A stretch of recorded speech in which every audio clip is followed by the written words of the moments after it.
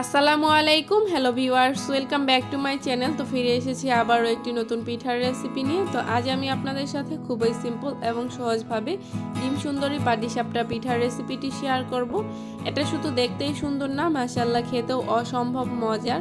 তো যে কোনো অনুষ্ঠানে বা বিয়েবাড়ির ডালা সাজানোর ক্ষেত্রে কিন্তু আপনারা এই পিঠাটা তৈরি করতে পারেন। এটা কিন্তু দেখতে খুবই আকর্ষণীয়। তো এই পাটিসাপটা পিঠা তৈরি করার জন্য প্রথমে আমি এখানে একটা ডিম ভেঙে নিচ্ছি আর দিয়ে দিচ্ছি 1/4 কাপ চিনি। তো চিনিটা আপনাদের টেস্ট অনুযায়ী দিয়ে নেবেন। দিয়ে দিচ্ছি স্বাদ মতো লবণ আর সামান্য পরিমাণ লেবুর রসটা দেওয়ার কারণ যাতে ডিমের কাঁচা গন্ধটা না থাকে। এখন সব কিছু ভালোভাবে বিট করে নিচ্ছি আর চিনিটা গলে যাওয়া পর্যন্ত এটাকে আমি বিট করতে থাকবো।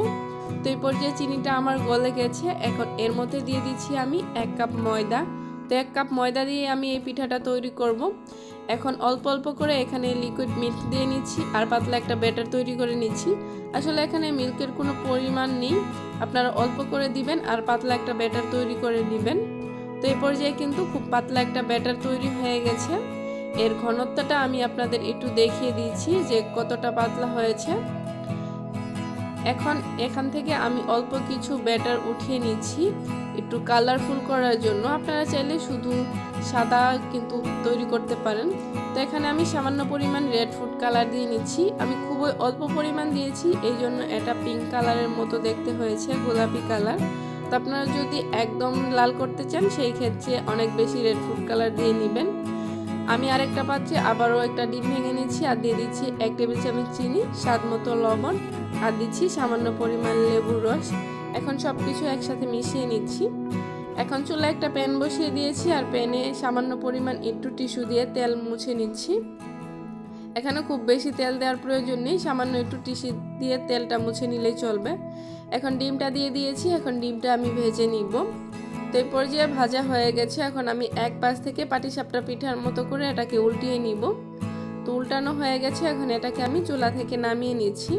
তো প্যানটা পরিষ্কার করে আবারও টিস্যু দিয়ে তেল ব্রাশ করে নিচ্ছি। এখন এর মধ্যে আমি সাদা ব্যাটারটা দিয়ে একটা রুটি বানিয়ে নিচ্ছি। তো চারদিকটায় আমি একটু সমান করে দিলাম, দেখে বুঝতে পেরেছেন যে আমি কাজটা কিভাবে করছি।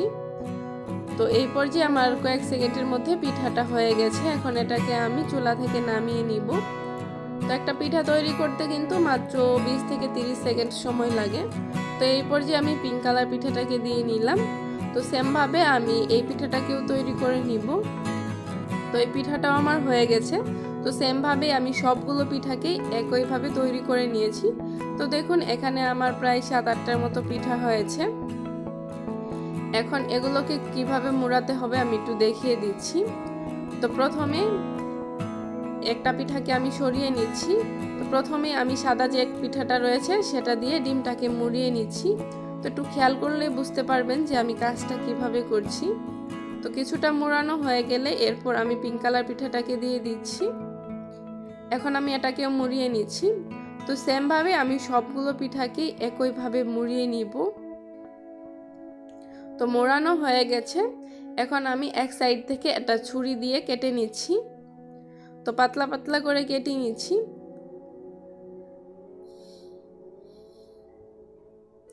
তো দেখুন পিঠাগুলো দেখতে কতটা সুন্দর হয়েছে। এই পর্যায়ে আমার কাটা হয়ে গেছে। পিঠাটা কিন্তু মাশাআল্লাহ অনেক বেশি আকর্ষণীয় হয়েছে। এখন এগুলোকে আমি সাজিয়ে নিচ্ছি। খুবই সিম্পল এবং সহজভাবে এই ডিম সুন্দরী পাটিসাপটা পিঠার রেসিপিটি শেয়ার করার চেষ্টা করেছি। আশা করছি ভালো লেগেছে। যদি ভালো লেগে থাকে অবশ্যই একটি লাইক দিবেন, কমেন্টস করতে ভুলবেন না। সম্পূর্ণ ভিডিওটি দেখার জন্য ধন্যবাদ সবাইকে। ভালো থাকবেন। আল্লাহ হাফেজ।